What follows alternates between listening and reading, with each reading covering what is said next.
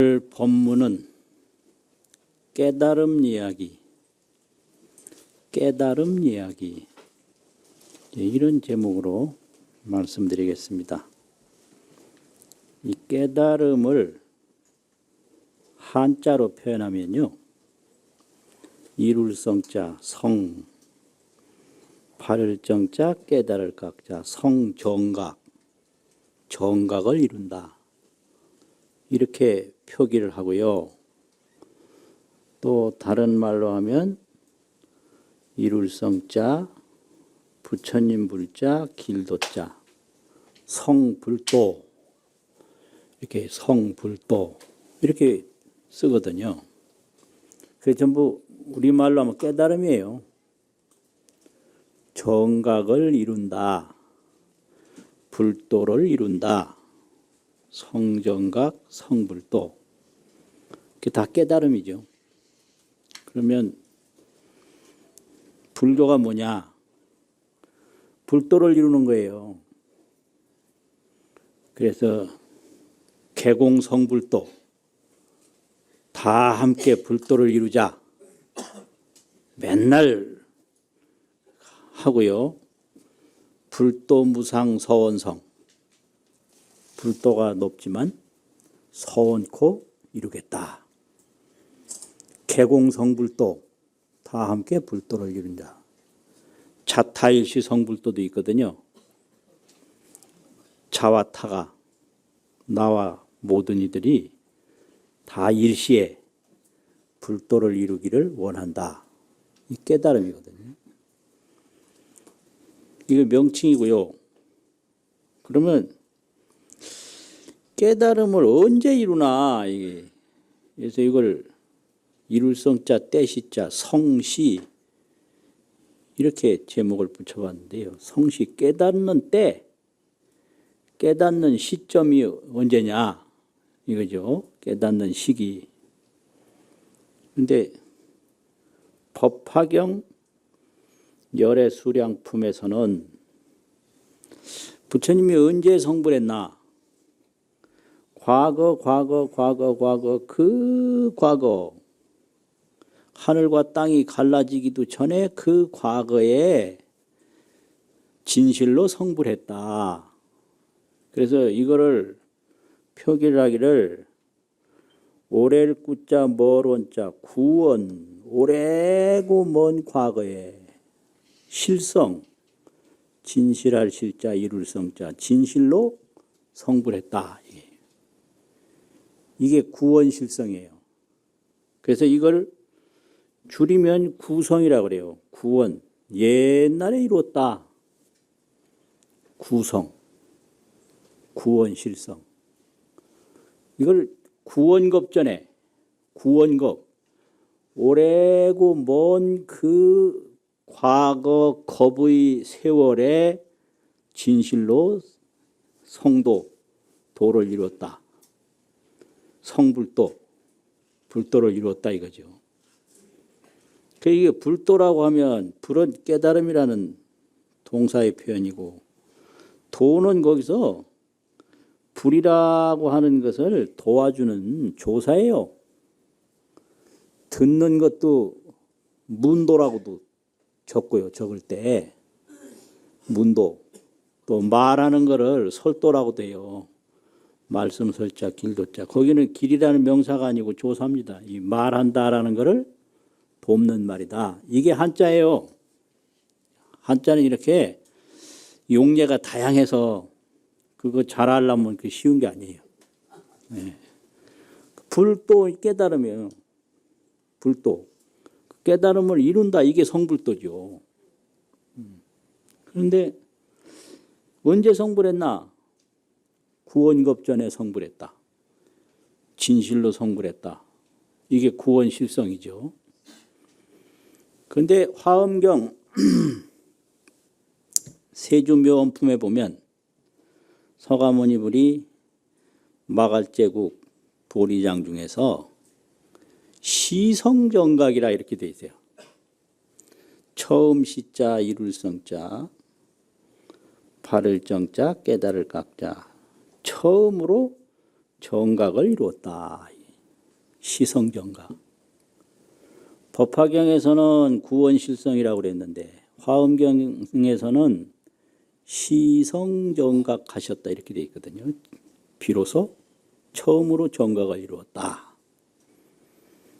근데 이런 게 그 대승불교에서 이게 교학적으로 수행적으로 해결해야 될 점이에요. 이런 게 공부예요.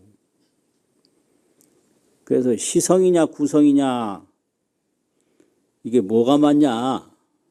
시성은 처음으로 이룬 게 시성이잖아요. 구성은 옛날에 이룬 게 구성이잖아요. 이제 그런데 그런 게 있고요.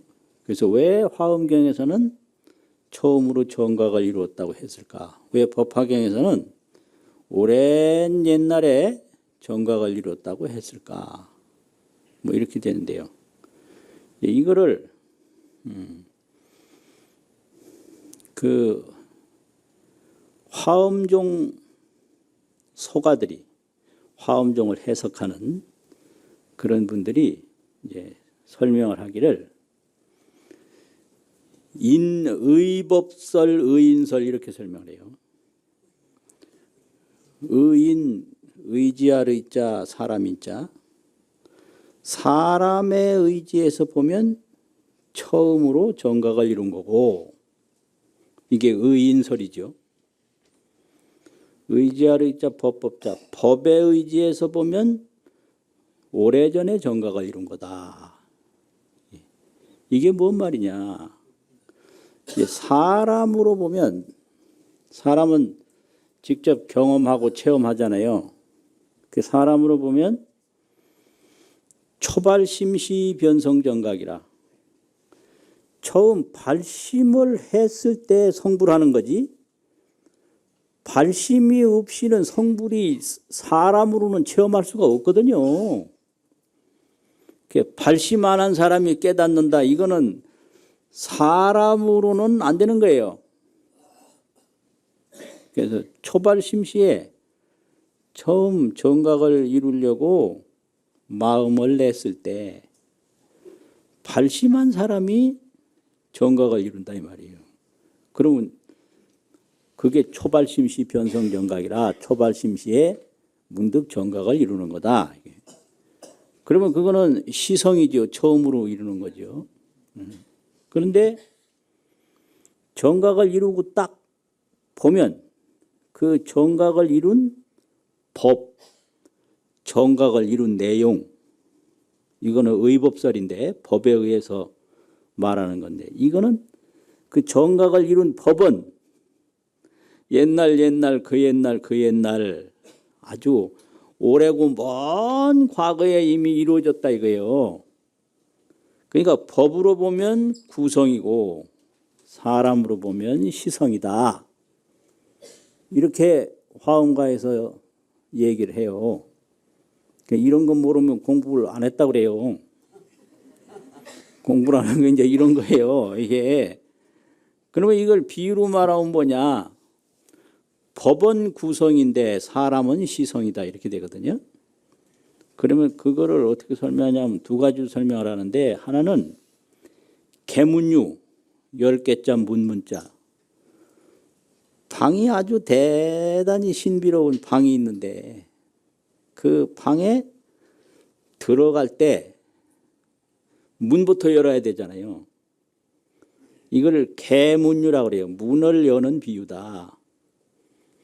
그 문을 이제 탁 열면 그 안에 들어가는 거예요, 방에. 그런데 문을 여는 거는 처음 여는 거예요. 사람이 그 방 앞에 당도해서 문을 열 거 아니에요. 그럼 문 탁 열은 순간은 그건 처음인 거예요. 과거에 열어본 경험이 없어요. 그래서 문 여는 걸로 보면 처음인데 방 안에 딱 들어가서 보면 그 방은 언제부터 있을까요? 그 방은 처음 문을 사람이 열었다고 그래서 이 사람이 문을 열었던 안 열었던 방은 그냥 영원한 거예요. 방은 이 사람이 문을 안 열었다고 그래서 방이 없었던 것도 아니고 이 사람이 문을 열고 들어왔다고 그래서 방이 새로 생긴 것도 아니고 열든 안 열든 방한 그 공간은 그냥 영원한 거다. 그렇게 설명해요. 그래서 법으로 보면 구성인데 사람으로 보면 시성이다. 그 다음 또 하나는 점등류가 있어요.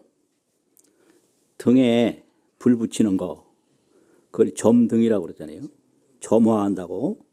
등에다가 점화를 하는 그런 비유인데 이제 사람이 등불이 있는데 등불을 딱 붙일 때 등불을 켤 때 그게 다 점화인데 그거는 초저녁에 뭐 등을 켜느냐 어제 켰느냐 오늘 켰느냐 그저께 켰느냐 이 점화는 이게 선후가 있어요.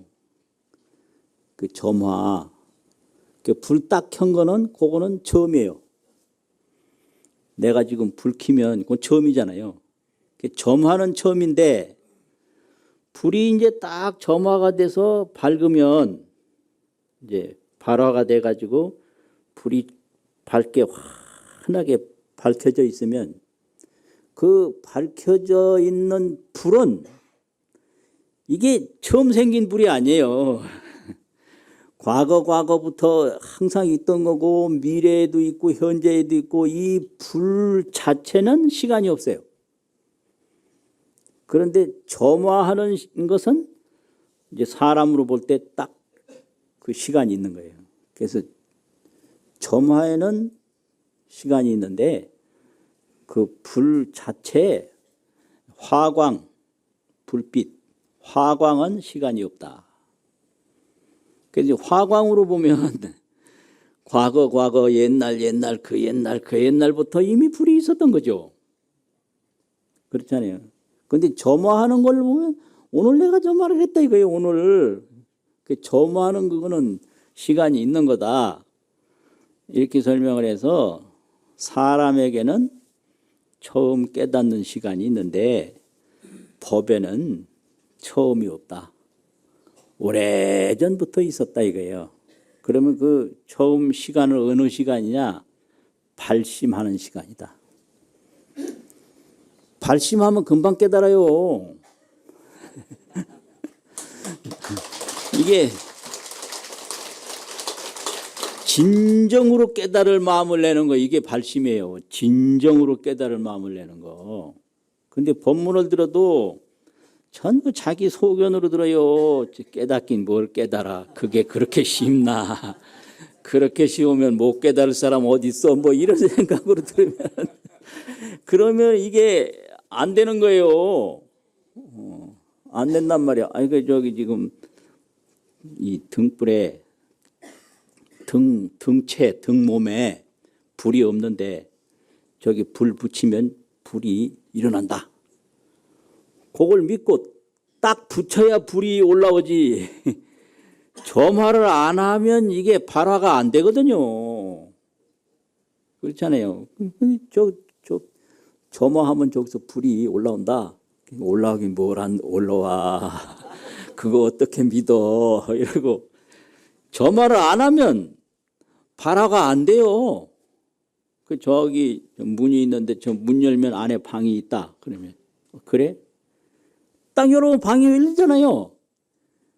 저게 저 안에 뭐가 있기는 그냥 헛고생만 하는 거 아니야. 쓸데없는 소리. 이러면 못 열어요. 이렇게 믿고 딱 시작하는 게 그게 발심이거든요.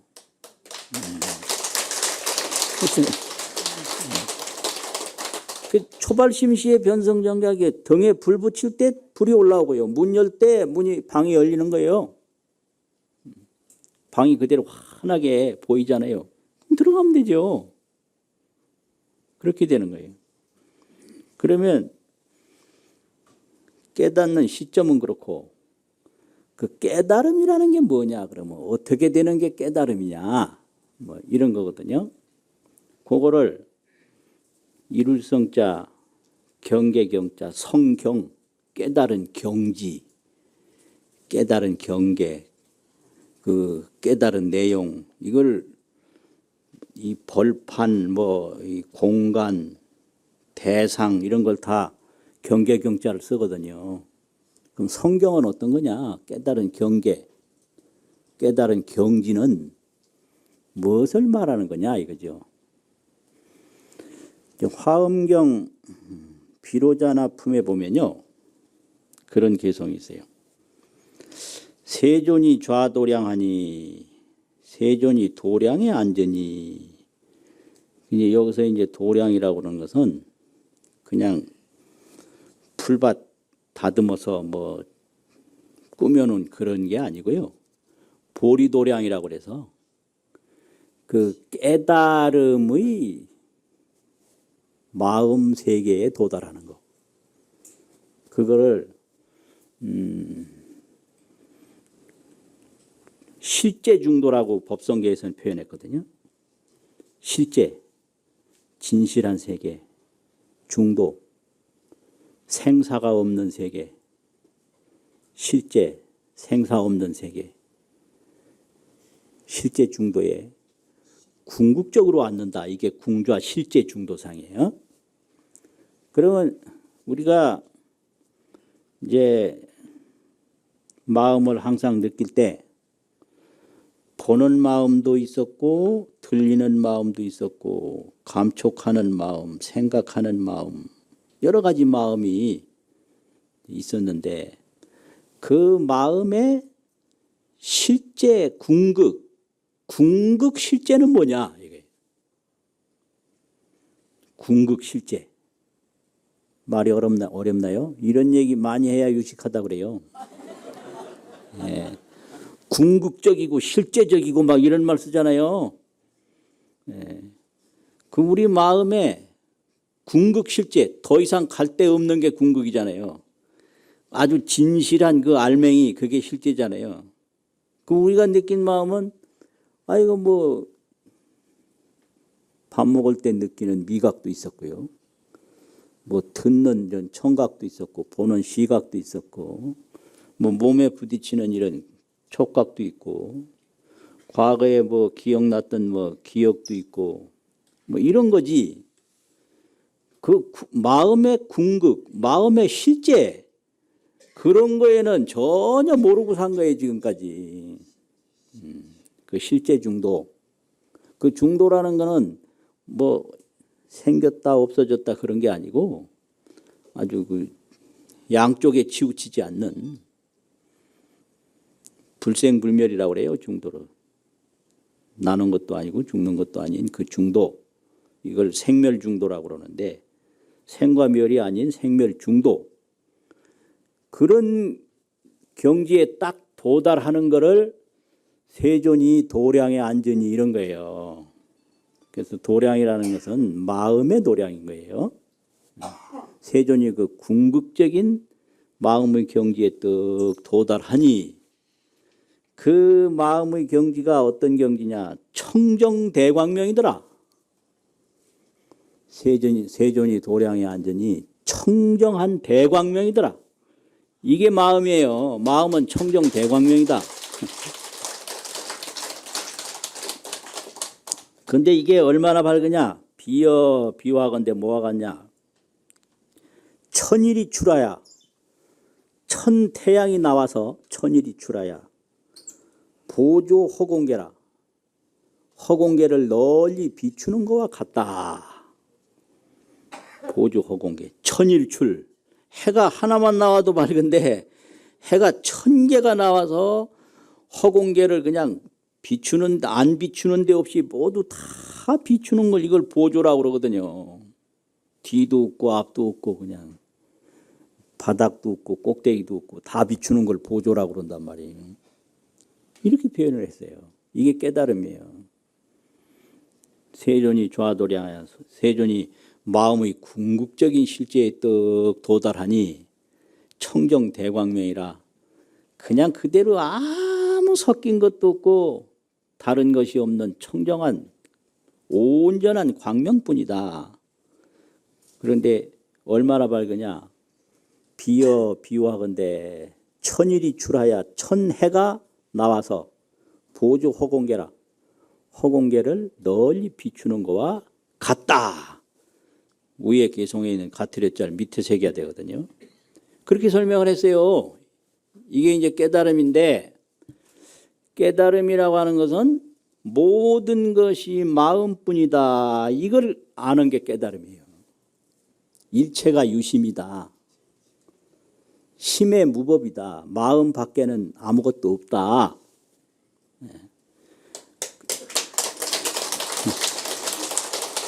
이게 그릇인데 이게 마음인 거예요. 이게 마음이라는 걸 확실히 알면 그 깨달음이에요. 확실히 알면요. 그래서 이거를 이제 능엄경에서는 더 자세히 설명을 해서 깨달음이라고 하는 것은 진소각정이라. 티끌 진짜 소멸할 소자가 있어요. 녹을 소자. 티끌은 다 소멸을 하고 각, 정각, 본각, 우리 그 영각, 신령스러운 각을 마음으로도 번역을 하고 그러거든요. 신령스러운 마음이, 정각이 또 깨끗한 마음이 이거예요. 그래서 딱 깨닫는 순간에 티끌은 없어요. 티끌은 없는 거예요. 그 다음에 뭐냐? 각이 청정해. 요게 진소각정이에요. 티끌은 사라지고 이 각만, 마음만 청정이 밝았다. 요거를 이제 아주 구체적으로 잘 설명한 게 티끌진 없어질 소, 진소, 각정 깨달을 각, 깨끗할 정, 그 각심만 청정했다 이거예요. 네. 그러면 그 다음에 어떻게 되냐? 일각이 원명이라 한 각이 한일자 깨달을 각자 한 마음이 둥글고 밝아 둥그런 밝을명. 요게 깨달음이에요. 아 이거 참 자꾸 또 아 이거 똑바로 막 쳐다보니까 질리네요. 예? 아닌 것 같아요. 진소각정하니 일각원명이라. 티끌은 사라지고 각이 청정하니 한 각이 둥글고 밝다. 일각 한일 깨달을까. 원명 둥그런 밝을명 일각원명. 뭐 이렇게 되는 거거든요. 그러니까 깨닫기 전에는 전부 대상뿐이었는데 티끌뿐이었는데 깨닫고 나니까 마음뿐이다 이거예요. 근데 왜 중생은 마음이라는 걸 모르느냐? 모든 티끌을 볼 때는 티끌은 보여진 물질이에요. 이걸 소견경이라고 그래요. 바소자 볼견자. 소견은 보여진, 뭐 얻으면 그걸 소득이라고 그러잖아요. 행동하면 그걸 소행이라고 그러잖아요. 이건 결과로 될 때 소자를 붙이거든요. 소견 그러면 보여진 거예요. 소견경, 보여진 경계가 있는 거예요. 그런데 그 보여진 경계가 있기 위해서는 경계가 저홀로 보여진 게 아니에요. 뭐가 있어야 돼요? 뭐가 필요하냐? 보는 놈이 있어야 돼요. 그래서 그 보는 놈을 능할 능자 볼견자 능견이라고 그래요. 능할 능자는 뭐 가능하다 한다 이런 말이거든요. 본다. 능이 본다 그게 아니고 그게 보는. 능행 그러면 하는 거고요. 능견 그러면 보는 거거든요. 능청 그러면은 듣는 거예요. 그럼 능견이 심이 있어야 되는 거예요. 그걸 저 밖에 걸 보는 마음이 있어야 되는 거예요. 능견심. 그 보는 마음이 없으면 보여지는 대상이 안 나타나요. 답답해 이거. 예. 보는 마음이 없는데 보여지는 대상이 어떻게 나타나나. 그런데 중생들은 보여지는 대상에만 쫓아가지 보는 마음을 모르는 거예요. 보는 마음을, 그걸 미혹이라고 그래요. 미혹. 보는 마음을 모르는 걸 미혹이라고 그래요. 그리고 그 보여지는 티끌에 아주 필요하게 그 고통받는 걸 진로라고 그래요. 뭐 진로 옛날 그 무슨 술 이름 그게 아니고요. 티끌진 필요할로 진로. 티끌만 쫓아가니까 그 티끌 속에서 오르락 내리락 아주 필요해요. 그걸 진로라고 그래요. 미혹 진로. 그러다가 이게 티끌이라는 거는 이게 티끌에 티끌이 없고 티끌 점점 이제 이걸 부숴보면 자체가 없거든요. 하늘에 하늘이 없고 땅에 땅이 없고 산에 산이 없다. 산도 부숴보면 자체가 없어요. 전부 미진뿐이에요. 미진 일합이 돼서 미진이 하나로 뭉쳐져서 다 된 건데 이거는 이게 나도 난 게 아니고 없어져도 없어진 게 아니고 근데 오직 없어지면 없어진 걸 보고 생기면 생긴 걸 보고 이게 밝으면 밝은 거 보고 어두우면 어두운 걸 보고 이게 생기고 없어지고 밝고 어두운 건 늘 변하지만 그걸 보는 능견심은 항상하다. 예. 소견경은 무상한데 능견심은 항상하다 이거예요. 되게 어렵게 하네 이거. 네? 소견경. 소견경은요, 밝다가 금방 어두워지고 어두웠다 밝아지고 생겼다 그러면 없어지고 없어졌다 생기고 이건 무상해요. 근데 없어졌을 때는 없어진 거 보고 생길 때는 생긴 거 보고 밝을 때는 밝은 거 보고 어두울 때는 어두운 거 보고 소견심은 항상 한 거예요. 이게요. 무거물의 영무죠. 가는 것도 아니고 오는 것도 아니고 머무는 것도 아니고 이게 소견심이에요. 이놈을 떡 얻으면 그걸 깨달음이라 그래요. 그래서 그거 외에는 없다. 그래서 오불견공이라 깨달은 사람에게는 허공을 보지 못한다. 허공은 저게 경계인데 경계는 없는 거예요. 그래서 오불견공. 불견을 못 본다 이거죠. 공은 허공이란 말이에요. 그 깨달은 이에게는 허공을 보지 못한다. 왜냐? 허공 보는 마음뿐이지 허공은 자체가 없어요. 허공 가서 봐요. 허공에 허공이 있나. 뭐든지 가서 보면 실체가 없는 거예요. 그래서 이건 무상하게 왔다 갔다 하는 것뿐이고 그 왔다 갔다 하는 경계를 항상 보는 건 마음인 거예요. 능견심인 거예요. 이거 참. 예. 그래서 소견경에 미혹하지 않고 능견심에 차지하는 게 그게 깨달음이에요. 능견심. 그럼 능견심 어떻게 해야 돼? 이거 깨달아야 되겠다. 딱 마음 먹고 발심하면 금방 깨닫는 거예요. 근데 뭐 그렇긴 뭘 그래. 그럴 리가 있어. 이거 못 깨닫는 거예요. 그래서 초발심시의 변성정각이라 뭐 이렇게 되는 거거든요. 그러면 도대체 누가 깨닫나? 일체 중생이 다 깨달아야 돼요. 그걸 여기서 성기, 이룰성 근기라는 기자 있잖아요. 기계 기자. 그걸 모든 사람의 중생 근기라고 그러잖아요. 그게 모든 중생에 다 해당되는 거예요. 일체 중생이 뭐 개공성불이지 누구는 깨닫고 누구는 못 깨닫고 그거 아니에요. 그 성기는 일체 중생이다 이게. 그럼 일체 중생이라고 하는 것은 이게 생로병사 우비고가 있어요. 생로병사 고뇌심이 있고 그 생로병사가 어디서 오느냐? 이 몸을 알아보는 능견심을 미혹하고 이 몸이라고 하는 소견경 여기에 매인 것이 생로병사예요. 그러니까 이게 이제 내 손이다 그러면 내가 느끼는 거거든요. 내 몸으로. 그러면 요건 경계가 되는 거예요. 그러면 요걸 내 몸으로 누가 느끼냐? 그게 능견심이 되는 거예요.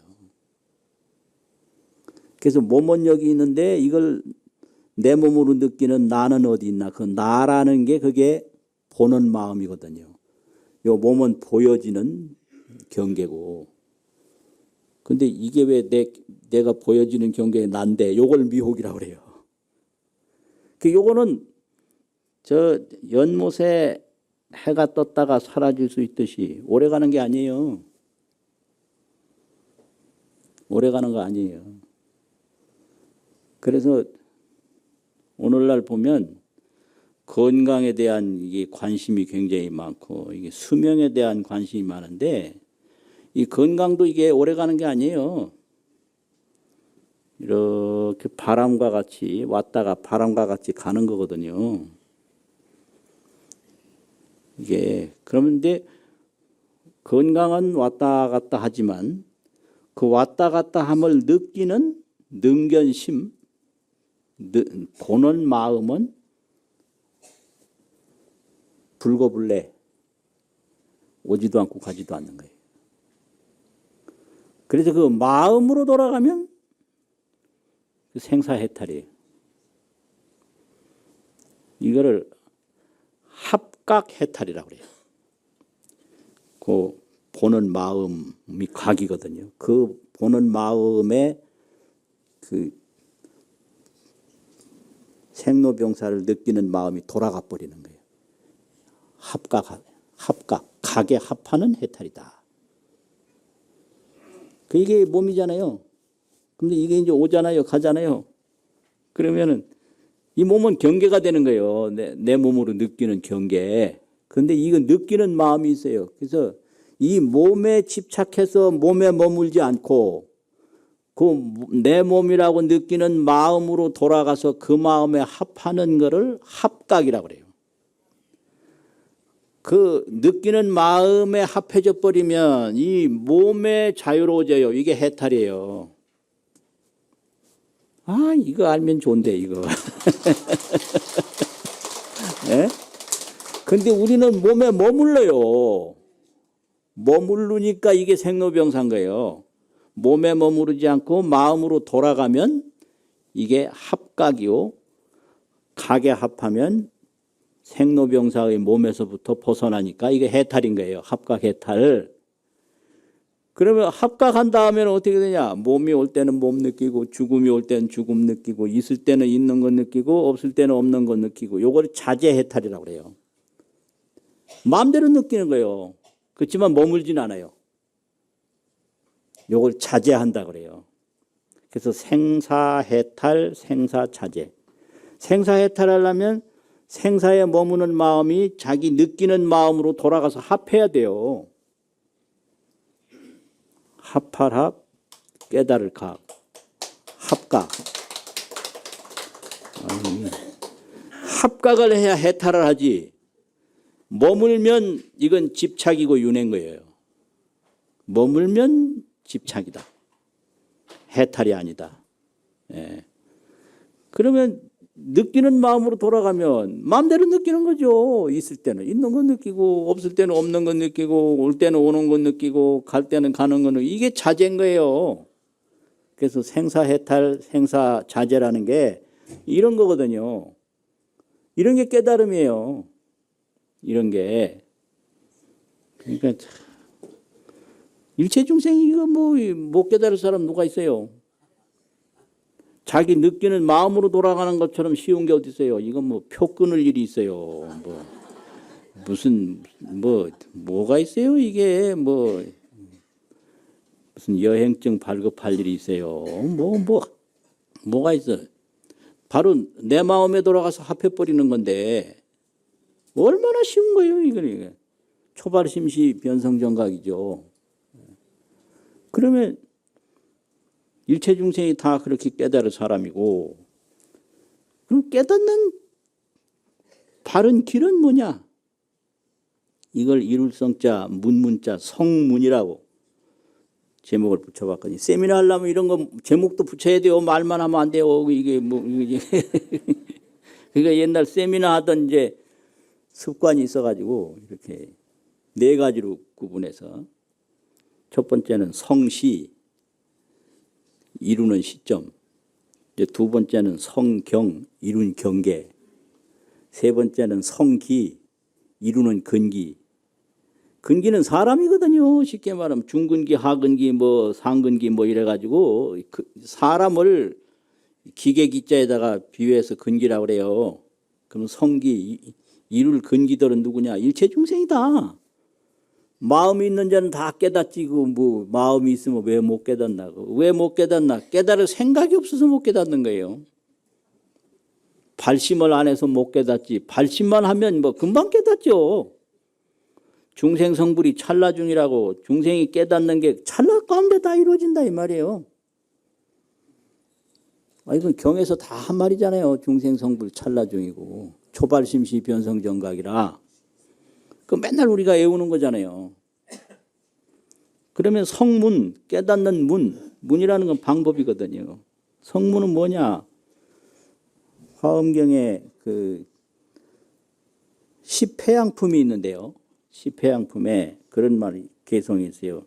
신불망치 과거법, 마음이 허망되게 과거법을 취하지 말고, 취한다는 말은 집착하는 거예요. 과거법에 머무는 거거든요. 마음이 과거법에 머물면 못 깨달아요.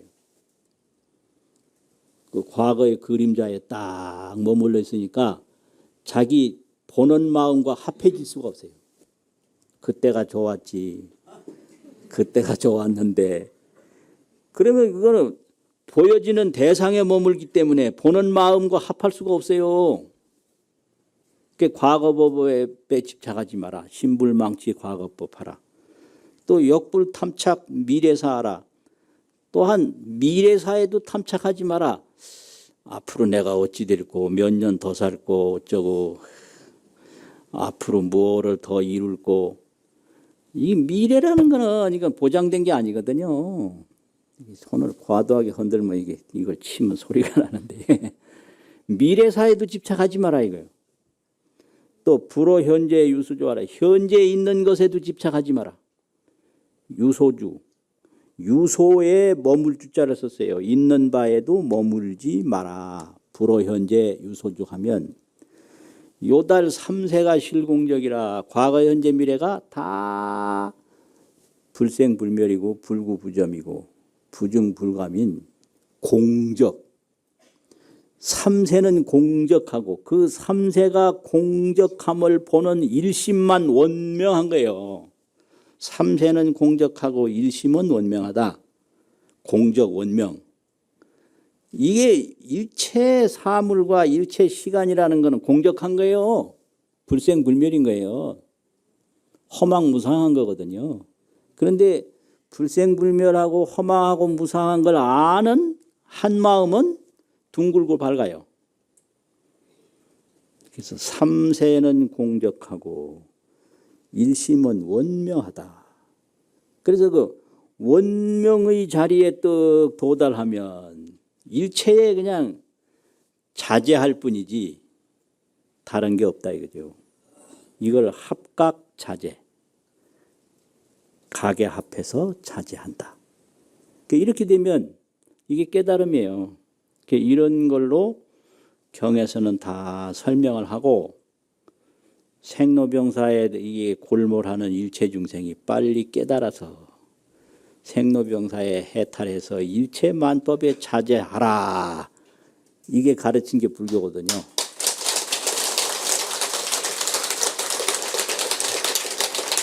오늘 법문은 부처님의 깨달음, 부처님의 가르침, 부처님의 깨달음, 부처님의 가르침, 이런 제목으로 말씀드리겠습니다. 불교는 깨달음이다. 이렇게 얘기를 하면 그럼 석가모니께서 뭘 깨달았는데요? 이렇게 물어요. 석가모니께서 깨달은 게 뭔데요? 그런 질문을 딱 받았을 때 어이없기도 하고 당돌하기도 하고, 그런데 아주 근본적인 질문이거든요. 뭐 일체 순서 절차 다 떠나서 도대체 뭘 깨달았느냐, 그 중요하잖아요. 그러면 석가모니께서 뭘 깨달으셨지? 그걸 알려면 어떻게 알면 되지? 이렇게 생각을 하게 되는 거예요. 부처님이 뭘 깨달으셨나? 여기에 대해서 생각이 미치면 방법은 하나밖에 없어요. 뭐냐? 부처님이 깨달으신 다음에 가르치시고 행동하신 게 전부 깨달음에서 나온 거거든요. 하나하나, 그 행위 하나하나, 동작 하나하나, 오간 하나하나가 다 깨달음에서 나왔고, 말씀 한 말씀이 전부 깨달음에서 나온 거예요. 그러니까 불교의 모든 역사, 계승, 전통은 그대로 부처님의 깨달음이 표현된 것이고 깨달음을 인도하는 내용입니다. 그게.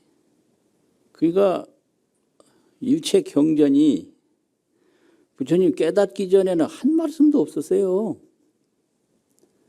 그러니까 뭘 깨달았지 하는 거는 그 깨달은 내용이 다 경전에 수록되어 있다. 그러니까 한마디로 말하면 부처님이 깨달으신 것은 다 경에 있는 내용을 깨달으신 거다. 그 경을 떠나서 깨달음이 없죠. 그래서 이 불교 전통 중에 경전을 계승한다는 게 엄청나게 중요한 거거든요. 그러니까 부처님의 깨달음은 모두 부처님의 가르침을 통해서 나타났다. 이거예요. 가르침을 통해서 나타났다. 그러니까 하나하나 가르침이 다 부처님의 깨달음을 말씀하신 거다. 이런 내용이죠. 그러면 그 깨달음을 이야기하는데 이게 단순하질 않아요. 경전 내용이. 그러니까 역시 불교 공부를 하다 보면 항상 부처님은 진정 깨달은 것이 뭘까? 그렇게 생각될 수밖에 없어요. 첫 번째 말씀드리고 싶은 것은 경이 여러 가지 구조가 있는데 화엄경이라고 하는 경은 언어설법이 아니고 광명설법이에요. 그래서 화엄경은 광명경이다 이렇게 말할 수가 있어요. 화엄경 한 경에 부처님이 말씀을 몇 마디 안 하시고 방광이라고 그러는데 이 방광만 10번을 하세요. 방광, 광명을 쫙 비추는 거죠. 그러면 그 광명을 보고 문수, 설주, 보현, 설주 이래가지고 문수보살과 보현보살이 삼매에 들어요. 그래서 삼매 속에서 그 광명의 의미를 이어받아요. 그래서 그 광명의 의미를 이어받아서 문수보살이 설법을 하고 보현보살이 설법을 하는데 무슨 설법을 하느냐? 화엄경은 부처님을 설명하는 경전이에요. 다른 경은 부처님이 설명을 하는데 화엄경은 문수가 삼매에 들어서 부처님을 말하고 보현이 삼매에 들어서 부처님을 말하고요. 부처님은 그냥 방광만 해요. 미간방광, 또 치간방광, 설륜방광 이렇게 온 몸에 그 10번의 장소에서 방광을 해요. 그게 화엄경이에요. 그런데 부처님이 처음 깨달음을 이루셨을 때 그 모습을 보고 부처님이 이런 분이다 이렇게 한 게 화엄경 시작이거든요. 거기 보면 이시의 세존이 이때 세존께서 성 최정각 하시니 가장 바른 정각을 이루시니. 그래서 이 열애가 이제 기본적으로 칭호고 또 우리말로 부처님이고 세존이고 그런데 중생 정각 이렇게도 기록을 해요. 중생은 못 깨달은 분, 정각은 깨달은 분이거든요. 바를 정자, 깨달을 각자. 정각은 삼세제불이고 이제 중생은 일체 중생이다. 그 최정각을 이루셨다 이거예요. 부처님이. 그 다른 경전에서는 부처님을 설명하는 게 아니니까 부처님이 최정각을 이루시니 어떻더라 이런 말이 없을 거 아니에요. 그런데 화엄경은 문수보현이 삼매에 들어서 부처님을 설명하니까 이렇게 부처님에 대해서 설명하는 경전이 화엄경이거든요. 그럼 여기서 말한 게 최정각을 이루시고 나니까 어떻게 됐느냐. 지입삼매라 삼세라 지입삼세 지혜지자 들어갈 입자 과거 현재 미래 삼세 지혜가 삼세에 들었다. 그래서 실계평등이라 과거 현재 미래가 다 평등하더라 이렇게 시작을 해요. 이게 부처님에 대한 설명이에요. 그래가지고 귀신충만 일체세간이라 그 부처님의 지혜 몸이 귀신이라고 그랬는데 그 기자 몸신자인데 그 몸이라는 것은 부처님의 그 지혜 몸을 말하는 거죠. 지혜가 삼세에 들었다. 그 지혜 몸이 충만 일체세간이라 일체 모든 중생세간에 가득하다. 이렇게 출발하거든요. 이게 깨달음이에요. 깨달음이라는 게 뭐냐. 우리 몸이 식신이 있고 지신이 있는데 인식이라는 식자 있잖아요. 인식으로 보는 몸이 이게 부모한테서 받은 지수화풍 수상행시 오은신이거든요. 이건 인식으로 보는 몸이에요. 인식. 근데 이 인식은 생멸심이에요. 생멸심. 생겼다 없어졌다 생겼다 없어졌다. 이게 우리가 인식으로 의식으로 보는 우리 몸이고 이제 깨달음이라고 하는 것은 우리 생멸심 그 속에 진여심이라는 게 있어요.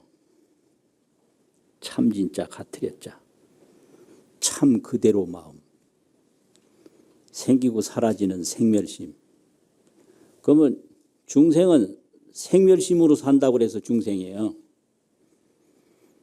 그런데 정각은 진여심을 깨달았기 때문에 정각이에요. 그래서 나고 죽는 마음에서 나고 죽지 않는 마음을 깨달았다. 이게 정답인데요. 그러면 대답은 간단한데 이 설명은 길어. 그래서 더 간단하게 해서 야 마음으로 마음을 깨닫는 게 깨달음이야. 이러면 말은 간단한데 또 알기는 또 어려워요. 생멸심으로 진여심을 깨닫는 게 깨달음이다. 그러면 이 진여는 지혜라고 그래요. 한마디로 말하면. 생멸심은 식이라고 그래요. 의식과 지혜. 의식은 생멸하는데 그 그 생멸하는 속에 생멸하지 아니하는 진여심이 있다. 그러면 이 생멸은 꽃과 같고 진여는 봄과 같다. 그래서 깨달음이라는 것은 꽃송이에서 봄을 안 거예요. 꽃은 떨어져도 봄은 안 떨어지거든요. 꽃은 피고 지고 하지만은 봄은 피고 지고 안 해요. 그러면 봄 떠나서 그러면 꽃이 있냐? 그렇지 않죠. 꽃 한 송이 한 송이가 전부 봄이죠. 그런데 꽃 속에 봄이 있냐? 보이지 않죠. 그래서 깨달음이라는 것은 꽃 딱 보는 순간에 꽃에만 머무르는 게 아니라 봄을 아는 거. 그래서 이 생멸 속에서 진여를 안다. 진여. 그러면 이 진여는 끝이 없어요. 시간도 없어요. 그래서 그 진여의 지혜는 삼세에 들어간다.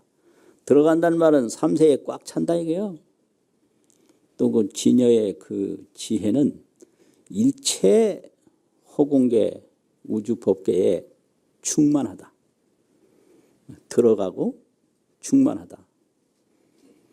이렇게 깨달음을 화엄경에서는 설명을 해요. 부처님을 말하는 게 화엄경이기 때문에 그래요. 아주 재미있는 경전이 화엄경이에요. 그런데 실제로 이제 깨달음을 얻으신 부처님이 설법은 어떻게 했나? 처음부터 이렇게 하지 않았어요. 그럼 어떻게 했나? 이게 이제 부처님의 가르침인데요. 제일 먼저 설법하신 것이 인연법이에요. 제법은 종인생이요 제법은 종인멸이라. 모든 법은 인연으로부터 생기고 모든 법은 인연으로부터 사라진다. 요거 한마디가 이게 불교의 아주 근본이고요. 그걸 깨달으면 거기에 진여도 있고 생멸도 있고 거기에 무한한 청정도 있고 거기에 광명도 있고 신통도 있고 자비도 있고 거기에 다 들어있어요. 그게 바로 무아예요. 또 모든 법은 인연으로부터 생기고 모든 법은 인연으로부터 사라진다. 거기 나라는 게 어디 있어요? 거기에 죽음이라는 게 어디 있어요? 그냥 꽃 한 송이를 봄이라고 집착하는 게 그게 아집이거든요. 꽃이 봄이 아닌 건 아니에요. 그런데 꽃 한 송이가 봄 전체는 아니잖아요. 그 다음에 설법이 법화경에서 제법 종본래 상자 정멸상이다. 제법이라는 것은 일체 중생 산하대지 우주만법 전부가 제법인데 이 제법이 전부가 항상 스스로 정멸할 모습이다 이렇게 말씀해요. 정멸. 그래서 제법은 생멸이고 또 이 생멸은 정멸이라. 정멸은 생멸이 없다 이 소리예요. 생도 적하고 멸도 멸하고 생멸은 나고 죽는 거고 나고 죽는 거 없는 걸 한마디로 말하면 정멸이다 이러거든요. 고요할 적, 고요할 멸, 생멸 없는 거. 그래서 생멸 없는 거다. 제법이 종본래로 제법이 본래부터 상자 정멸상이다. 항상 스스로 정멸한 모습이다. 이렇게 가르쳐요. 그러면 생멸이 정멸이라는 건데요. 정멸은 뭐냐? 생사 없는 거. 그게 바로 진여법. 그게 나고 죽는 일이 없다 그래가지고 무위법이라 그래요. 하위자, 없을 무자 하위자. 나고 죽는 일이 없다. 그러니까 정멸법, 무위법, 진여법 이렇게 말하는 이게 똑같은 얘기예요. 그래서 제법이 본래부터 종본래로 항상 스스로 진여법이고 생사 없는 정멸법이고 나고 죽는 일이 없는 무위법이다. 이게 법화경 설법이에요. 그러면 이게 뭐냐? 내용은 인연이에요. 인연. 그래서 인연으로 핀 꽃은 피지 않은 봄과 다를 바 없다는 거예요. 야, 꽃 좋다 그러면 그게 보이지 않는 봄이다. 꽃이 진다 그러면 그게 보이지 않는 바로 봄이다. 그 피고 지는 봄이 참 피고 지는 꽃이 피대 피는 것이 없고 지대 지는 것이 없는 봄이다. 일체꽃이 항상 스스로 봄이다. 이렇게 가르치는 거예요. 이게 정멸법이고 이것이 바로 또 인연법이죠. 이게 부처님의 가르침이에요. 이게 어디서 나왔냐? 다 부처님의 깨달음에서 나온 거예요. 첫 번째는 인연법, 두 번째는 정멸법. 그 정멸법은 이제 다른 말로 하면 실상법, 중도법 이러거든요. 중도 실상. 그게 전부 정멸이에요. 생사 없다 이 말이에요. 우리가 지혜로 보면 생사가 없는 거예요. 봄을 보면 봄에는 피고 지는 게 없잖아요. 그런데 살 걱정하는 거는 본래 죽는 일이 없는데 살 걱정하는 거는 그건 전도몽상이에요. 멀쩡한 자기 집에서 악몽을 꿔가지고 지금 막 괴로워하는 거나 똑같은 거예요. 생사가 없는 거예요. 그래서 생사 속에서 생사 없는 걸 안 것이 깨달음이다.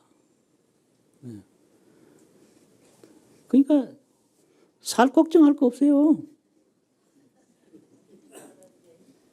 또 죽을 걱정할 거 없어요. 왜 그러냐? 꽃을 보면요. 바람 분다고 꽃잎이 떨어지는 거 아니에요.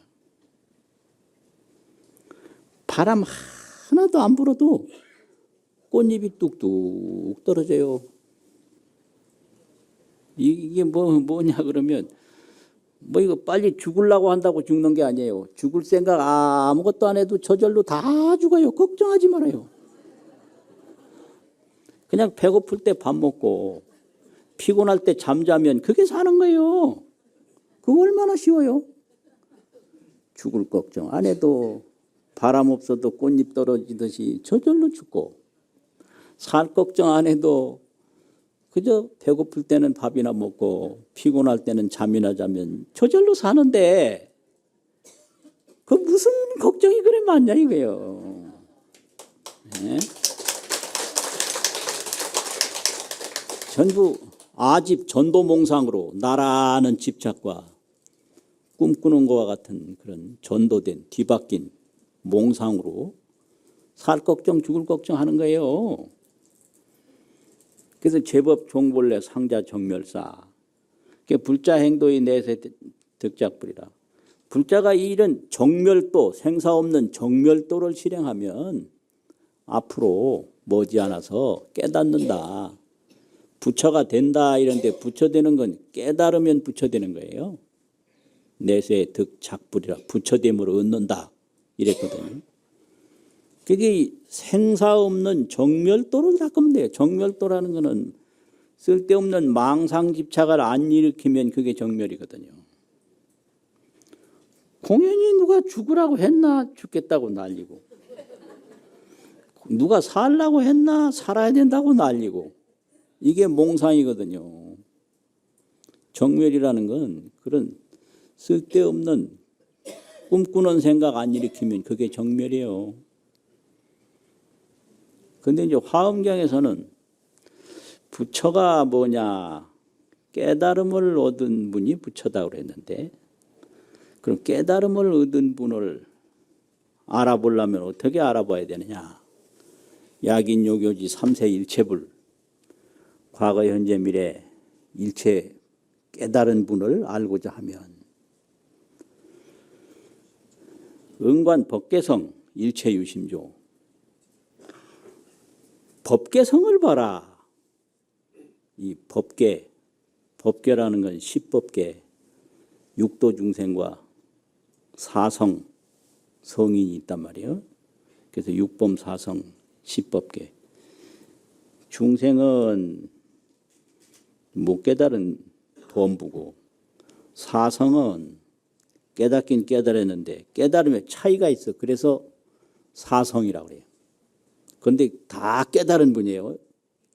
1부, 2부, 3부, 4부. 아주 최정각을 이루면 그걸 부처라고 그러고요. 최정각. 이제 그 밑에 차이가 나는 분각, 나눌 분자 깨달을. 분각을 얻으면 보살이고, 그 이해하는 데 들어가면은 이제 그 밑에 단계라는데 다 깨달으면 다 있거든요. 그래서 사성이라고 그러는데 이게 법계예요. 법계. 근데 이 법계는 이런 것이고 그 법계 성이 있어요. 법계는 차별이 있는데 법성은 원흉해요. 법성 원흉 무이상 이러잖아요. 법계는 육범 사성으로 차별이 있어요. 그런데 법성은 원흉 무이, 원흉해서 둘이 없어요. 법성 원흉 무이상. 그러니까 부처를 알려면 법성을 봐라. 법성. 그 법성에 있는 것이 무엇이고 없는 것이 무엇인가. 범부가 무엇이고 깨달은 불보살이 무엇인가. 그거 보면 저절로 알게 돼요. 그걸 정득이라고 그러고 개합이라고 그러거든요. 이걸 법성석이라고 그래요. 법성으로서 삼세제부를 해석하는 거다. 법성에는 원흉무이해서 일체 차별이 끊어지고 일체 망상이 붙지를 못해요. 이게 법성석이에요. 이런 걸 이제 교학이라고 그래요. 이런 거 하다가 머리 다시해요. 그런데 이문석이 있어요. 요 개성을 해석하는데 두 가지 문으로 해석을 한다. 그 두 가지 문이라는 게 기신론에서 마음에 둘이 있는데 하나는 생멸심이 있고 하나는 진여심이 있다. 진여 생멸. 근데 이 생멸에서 육범이 나오고 뭐 진여에서 이제 부처님이 나오잖아요. 그런데 이 생멸심, 진여심이 모두 한 마음에서 나왔다. 이게 일심이문이에요. 그 진여도 한 마음이고 생멸도 한 마음이다. 그러니까 마음 없는 중생이 없고 마음 없는 재불이 없다 이거예요. 그래서 재불의 세계는 진여의 세계고 이제 중생의 세계는 생멸의 세계인데 이게 전부 일심에서 나왔다. 그래서 이렇게 일심 이문으로 해석하는 게 그것도 일체유심조에 대한 또 하나의 해석인데 그걸 이문석이라고 그래요. 법성을 봐라. 법성은 원흉무이해서 중생과 부처가 따로 없다. 원흉하다. 그러면 그 중생과 부처의 차이점은 어디서 나왔냐? 일체가 유심조다. 일체가 오직 마음에서 나왔다. 요게 이제 법성석이고 이문, 진여문, 생멸문으로 해석을 하려면 그렇게 해요. 그러려면 어떻게 해야 되냐? 약인요교지 삼세일체불. 어떤 사람이 삼세일체불을 알고자 하면 은관, 법계성, 일체유심조. 법계와 법계성, 일체가 오직 마음으로 만들어진 것을 마땅히 관하라. 이렇게 해석을 해야 돼요. 이게 심오하고 좀 어려워요. 법계는 십법계잖아요. 차별이 있잖아요. 그 법계성은 원흉무이하잖아요. 그럼 법계, 차별법계와 이 평등 법성이 일체 법계나 법성이나 일체는 여기서 이제 법계와 법성을 말하는 거죠. 법계, 법성, 일체가 유심조 오직 마음으로 만들어진 것을 응관이라는 거 있잖아요. 꼭 마땅히 관하라, 관찰하라. 그러면 삼세제불이 어떤 존재인지 흔히 알 수 있다. 이게 이문석이에요. 그래서 부처님은 진여의 세계를 깨달아서 열애가 되고 중생은 진여의 세계를 못 깨달아서 범부가 됐는데 범부나 이런 게 전부 이게 십법계인데 십법계의 그 근본이 진여법성이다 이거예요. 그러면 진여법성이나 생멸법계나 뭐 차별평등이 일체가 유심조다 이거죠. 여기 화엄경이에요. 마음이다. 마음에는 생멸심이 있고 또 아까 뭐라 그랬죠? 진여심이 있다. 진여심을 깨달으면 부처인데 생멸심으로만 살아가면 뭐라 중생이죠. 그런데 마음을 떠나서 있는 거 아니에요. 꽃이 피고 지고 하지만 봄 떠나 있는 거 아니죠. 그러니까 꽃 한 송이 보고 이게 봄이다 해도 맞는 거예요. 그런데 봄에는 꽃의 모습은 없으니까 꽃이 아니다 해도 맞아요. 그래서 어려운 거예요. 그렇잖아요. 깨달음에 대해서 가르침에 대해서 항상 이야기를 할 때 깨달음을 한자로 표현하면 열의 소득법이에요. 소득은 얻었다는 거잖아요. 열애가 얻은 법이다. 열의 소득법. 뭐 얻었어요? 서가모니께서 일체 중생이 아무도 모를 때 그 얻은 거예요. 이거 엄청난 거죠, 진짜. 또 열애가 평생 가르친 것을 열의 소설법이래요. 열의 소설법, 열의 소득법. 이제 공부를 한다는 거 이런 용어 많이 아는 것 중에 공부 하나예요. 그냥 말만 들으면 이런 거 모르거든요. 그럼 뭐 학회나 이런 데 가면요. 이런 거 아무 소리도 못하면요. 아, 저 공부 안 됐다고 잘 안 껴주려고 그래요. 깨달음은 열의 소득법이다. 열애가 얻은 법이다. 이게. 가르침은 열의 소설법이다. 이게. 그러면 뭘 깨달았느냐 하고 알려면 열의 소설법을 깊이 보면 이제 그 깨달음으로 가는 길이 있어요. 그런데 어떤 꽃을 들여대도 그게 봄은 아니듯이 어떤 가르침을 들여대도 그게 열의 깨달음의 전부는 될 수 없어요. 그런데 봄을 잘 관찰하면 꽃을 잘 관찰하면 봄으로 가는 길이 있거든요. 그래서 열의 가르침을 잘 따르면 실천하면 깨달음을 얻어요. 그게 불교예요.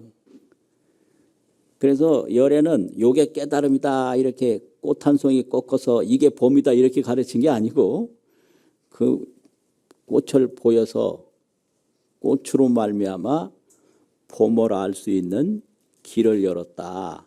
이게 열애의 가르침이에요.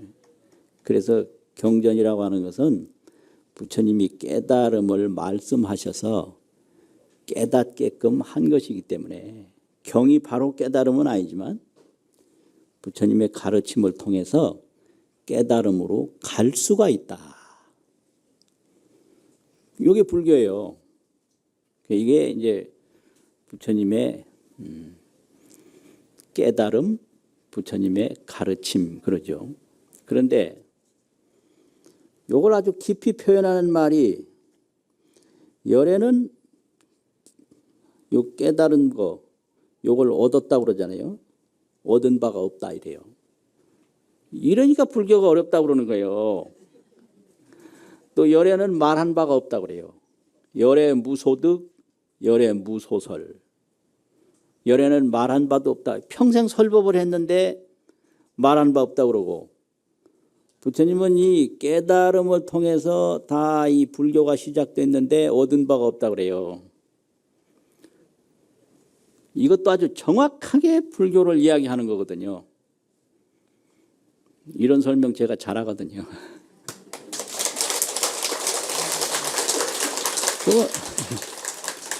왜 열애가 깨달음을 통해서 다 이렇게 중생을 가르친 부처님인데 깨달은 바가 없다고 그러나? 요 두 가지예요.